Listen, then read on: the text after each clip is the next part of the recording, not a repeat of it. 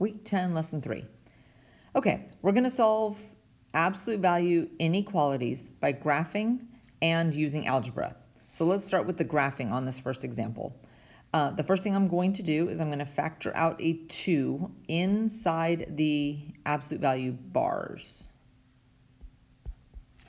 And then I'm going to go ahead and pull the 2 out from inside the absolute value bars.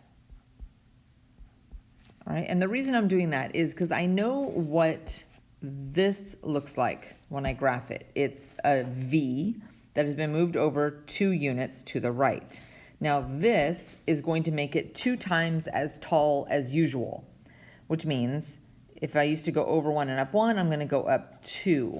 All right, so it's like my slopes are twice as tall as they used to be. All right, so it looks like this. Okay, again, this is just, let me highlight it for you. I've just graphed this part, okay? Now, the part over here on the right, that less than 4, well, let me graph what x equals 4 looks like. It looks like, this horizontal line. Okay, so what I'm looking for here is all the x values where the pink graph is less than the blue. All right, and you can kind of see that it happens here. This pink part is less than the blue, this pink part is less than the blue, right? It happens all the way between 0 and 4. Okay, that highlighted green part is the answer. It's the values between 0 and 4, non-inclusive because there's no equal sign here. Now, algebraically, this is what this looks like. I don't know if you remember Igorland. Let me write that down in case you remember it visually. Okay, what this means is if you have an equal sign or a greater than symbol, you use the word or, and if you have a less than symbol, you use the word and. So since I have a less than symbol then here, I can rewrite this as 2x minus 4 is less than 4 and 2x minus 4 is greater than negative 4. And if you solve both of these, 2x less than 8, x is less than 4, and 2x is greater than 0, x is greater than 0, you get the same answer, right? Again, which is not surprising. You should be getting the same thing algebraically that you do graphing wise. Make sure you put your answers in interval notation. Okay, so let's move this up. Let's try another. Okay, so for this one, again, like before, I am going to factor out a negative 2, which then leaves me with x minus 3 halves. That looks awful. Let me see if I can fix how that looks. Greater than or equal to 1. All right, and then the absolute value of 2 on this outside here is still just a 2. Okay, so this is going to tell me where the vertex is. It's at 1.5. This tells me that the slopes of those lines going up to make the V are 1.5, are 2. Up 2 over 1, up 2 over 1, and negative 2.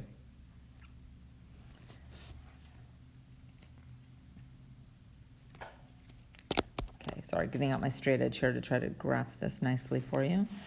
Again, I highly recommend a straight edge when you graph. Nice pictures are good. Okay, so I have graphed this part. Okay, now the other part, this part, I'm going to graph in pink. There's the 1, right? A vertical line at 1. And I want, based on this equation, I want the pink part to be, actually, I'm lying. I want the gray part or the black part to be greater than 1. So let me highlight the parts that actually work. This gray part is greater than 1, and this gray part is greater than 1. So in a interval notation, that would be from negative infinity all the way to this value of 1. This one is included, along with this value, which is included all the way to infinity. All right, so again, that's how you do it graphing wise. Now let's do this thing algebraically. This is a greater than symbol, so this time I will have the word or. All right, so the first one will be 3 minus 2x is greater than or equal to 1. The other one, 3 minus 2x less than or equal to negative 1. Okay, solving both of these, this becomes negative 2. That becomes negative 4. And then dividing, notice you are dividing by a negative, which will switch the direction of the sign. You get x is less than or equal to 1 and x is greater than or equal to, oh, you know what? This is not a 1. I just, look, this is why we do it both ways. So important why we do this both ways. This says 2, and then over here I'm looking, I'm like, that doesn't say 2. Well, it's because I read my graph wrong. This is a 2. All right, so again, double check. Even I make mistakes. All right, continuing. Okay. Okay, so this part over here is a parabola. All right, let me graph this parabola, and then I'm going to have to take the absolute value of it, right? We have done this before. I have zeros at 0 and 1, 2, 3, 4, 5, which makes my asymptote right here in the middle, which means I'm over 1, 2.5, 2.5, that's 5 halves. Squared is 25/4, which is what, 6 1/4? 6 1/4 down. 1, 2, 3, 4, 5, 6 1/4. Okay, let's get some ordered pairs in here if I can. If I went over 1, I'd be up 1. Over 2, I'd be up 4. 1, 2, 3, 4. 1, 2.5, 2.5. All right, are there any nice ones? What if I go over 1.5? 1.5, that's 3 halves, 9. Squaring that is what, 9/4? Oh, that one's nice. That's 2 1/4. So there's a quarter, 1, 2. That is a really nice spot right there and there. Okay, and if I went over,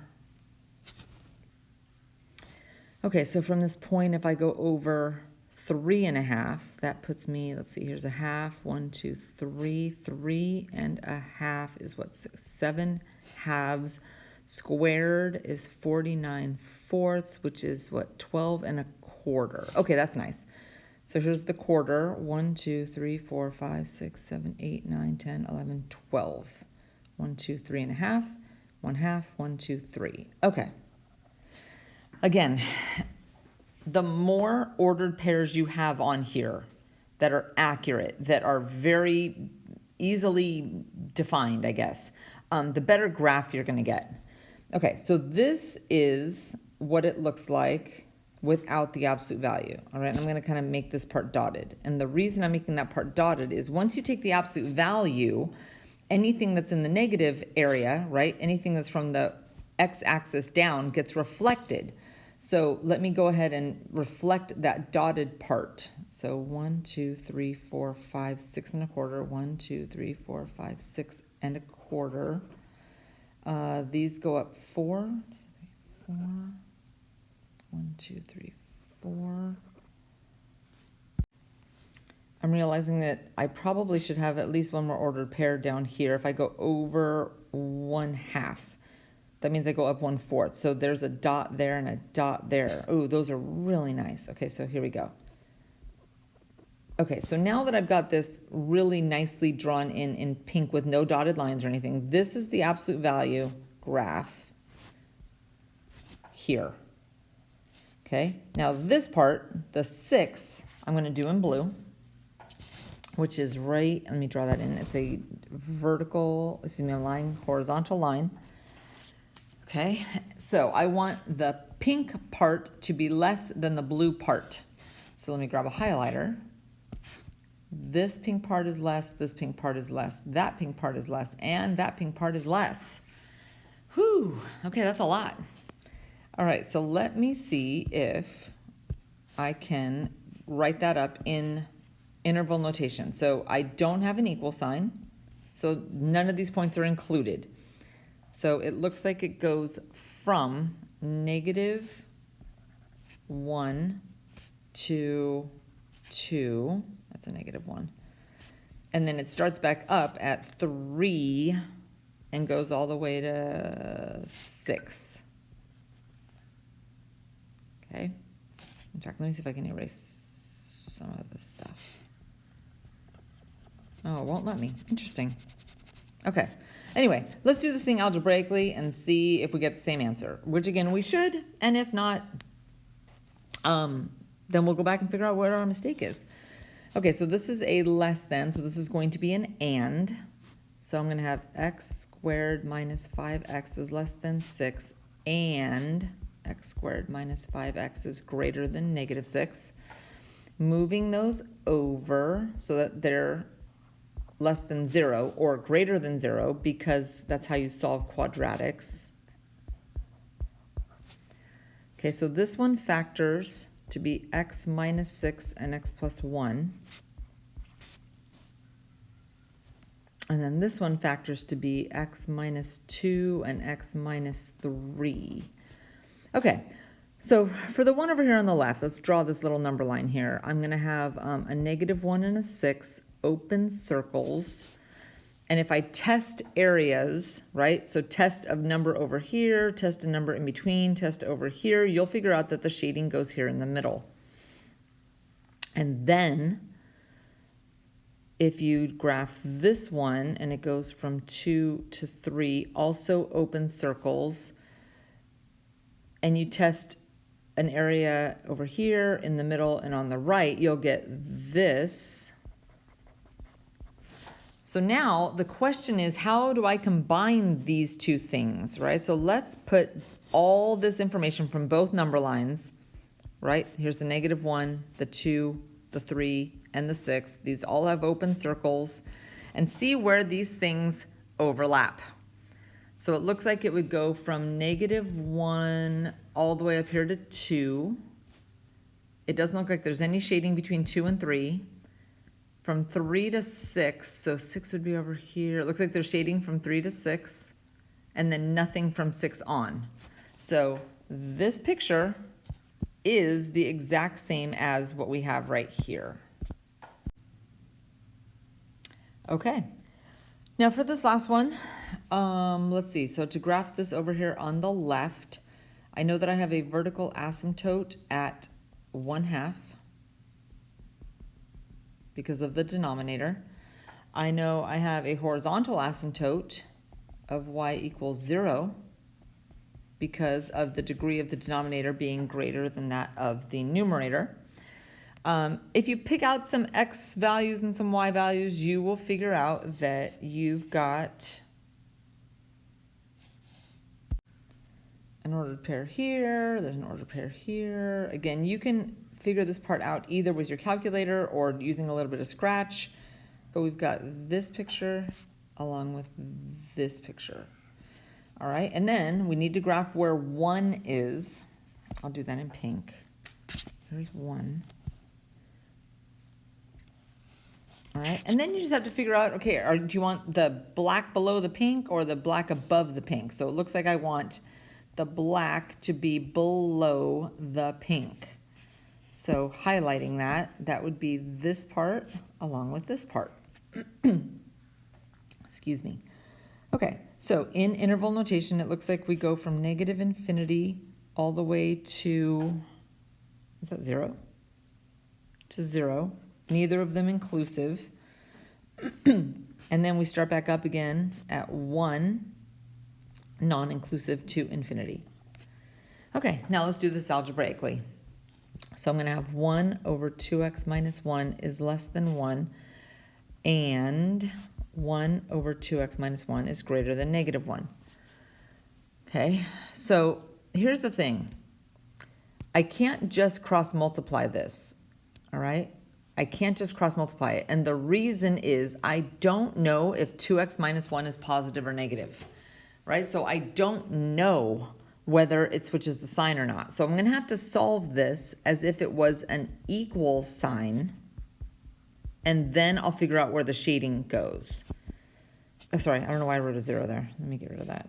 Let me try that. Nope, that's not going to work. Sorry, there's a bunch of buttons on here that are not working for me. There we go. That should, I can't get it to right. There we go. Okay, so cross multiplying, I get 2x minus 1 equals 1. And here I get 2x minus negative 2x plus 1. There we go, equals 1. Solving.